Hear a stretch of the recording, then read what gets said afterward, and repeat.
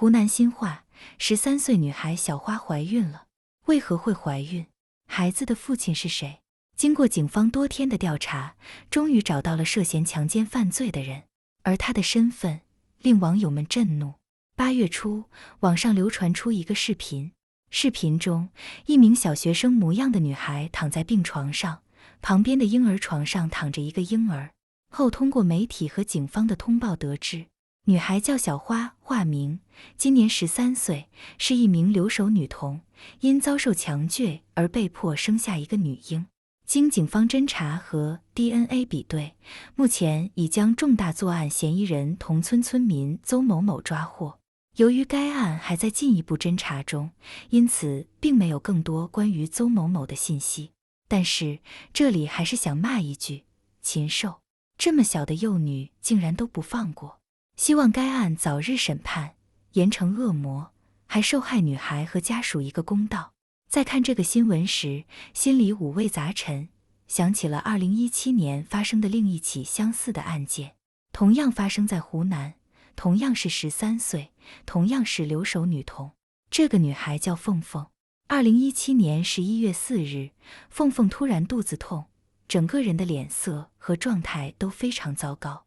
奶奶和婶娘见状，赶紧把凤凤送到医院，结果发现凤凤居然怀孕了，而且即将临盆。次日，凤凤在医院产下一名女婴，奶奶和婶娘目瞪口呆，但也意识到凤凤遭受了侵害，于是赶紧报警。很快，警方通过凤凤的供述和 DNA 比对，确定了同村48岁的邻居黄某利为嫌疑人。原来，凤凤每次上学都要经过黄某利家门口。黄某利在2017年年初，丧心病狂地将凤凤拖进家中进行侵犯，并采用暴力殴打威胁，敢说出去就杀你全家。凤凤受到惊吓后，不敢向外求助，又因为年纪小，常识和阅历有限，所以她根本不知道自己已经怀孕。再加上她本身略胖，怀孕后家里人以为她青春期进一步发胖，并没有发现异样。直到凤凤喊肚子痛，送到医院后，才揭露了背后的罪恶。相信大家看到类似案件时，心情都一样，充满痛恨、愤慨，痛恨那些毫无底线的人渣，竟把魔抓伸向幼女。愤慨为什么这些弱势群体没有得到应有的守护。留守农村女童无疑是社会的弱势群体，父母外出打工，他们跟年迈的爷爷奶奶或姥姥姥爷待在老家。由于年龄尚小，心智不成熟，自我保护意识差，揭露坏人可能性低，因此降低了犯罪者实施犯罪的成本，他们遭受侵害的概率也大大增加。根据2019年留守儿童白皮书的2763份数据显示，留守儿童遭受各种暴力、躯体、精神、性和忽视的概率最高达到91%，其中超80%受害者为女童。前央视记者柴静说，所谓社会公正，就是要保障社会弱者群体的权益，而想要保障他们的权益，降低甚至避免他们遭受侵犯，以下4方面需要整个社会共同去完善。1、登记智障残疾人士家庭，定期看望。湖南13岁女孩小花被侵犯，是侵犯者知道她爸爸不在家，而她的妈妈是智障人士，什么都不懂，无法保护她。此外，智障女性本身也容易成为侵犯对象，因此想要保护她们，就必须做到对这类家庭关注，特别是这类家庭中有女童，更要重点关注。相关组织需要登记他们的信息，定期上门看望、体检，察觉他们身心出现异常时，及时提供帮助。2、限制智障人群生孩子的权利。这里并不是说智障人士不能结婚，也不是说完全剥夺该群体生孩子的权利，而是说，如果智障人士不是后天造成，而是先天遗传基因导致，并且会遗传给下一代，那么这种情况下要限制他们生育。一方面，他们连自己的生存和安全都是问题，没有余力去顾及下一代；另一方面，下一代遗传智力问题或精神问题，他们需要人照顾的同时，也很容易成为侵害对象，特别是女童。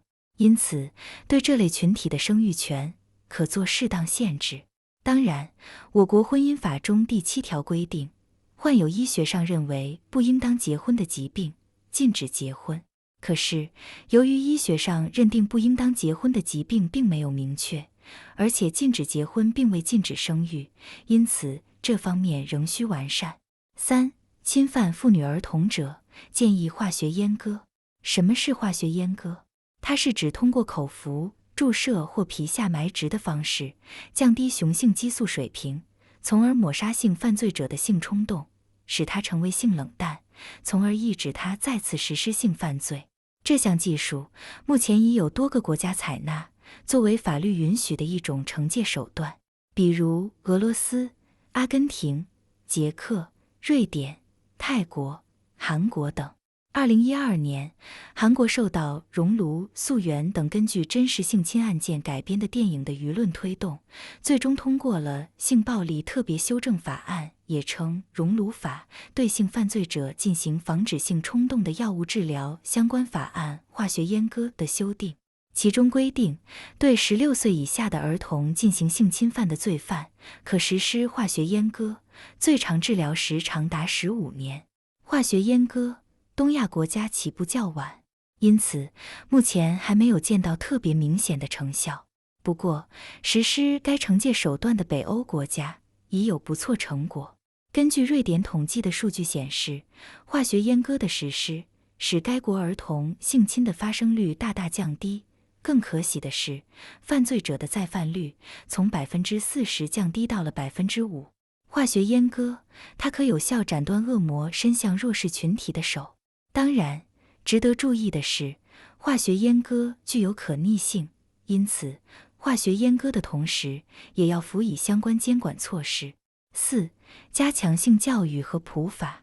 很多留守女童被侵犯后，并没有及时揭露坏人，这主要有2方面的原因：一是没有意识到自己遭受性侵，二是没有意识到法律是捍卫自己权益的手段和方式。不得不承认的一个事实，越是贫穷农村地区，性教育常识越是匮乏，法律意识越是淡薄。因此，要保护留守女童这个弱势群体免受更多伤害，我们也要加强对农村地区，特别是留守孩子多的贫困地区，进行性教育和法律科普。总之，惩治犯罪很重要，而预防犯罪、保护自我的意义也很重大。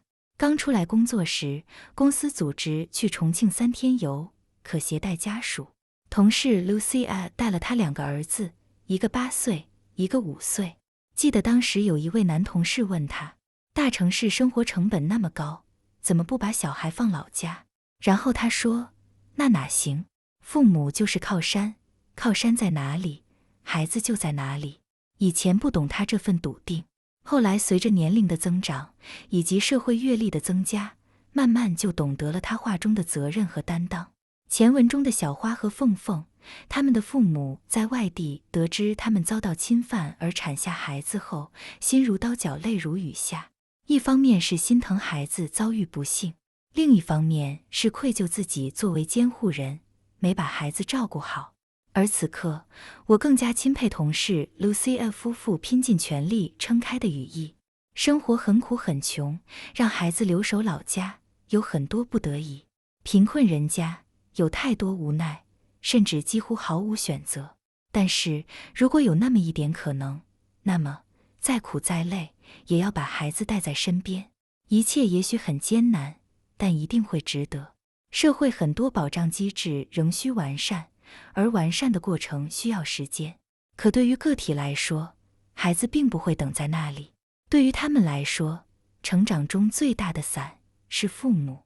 希望社会各项保障措施早日完善，也希望每个孩子都能在父母的羽翼之下健康快乐成长。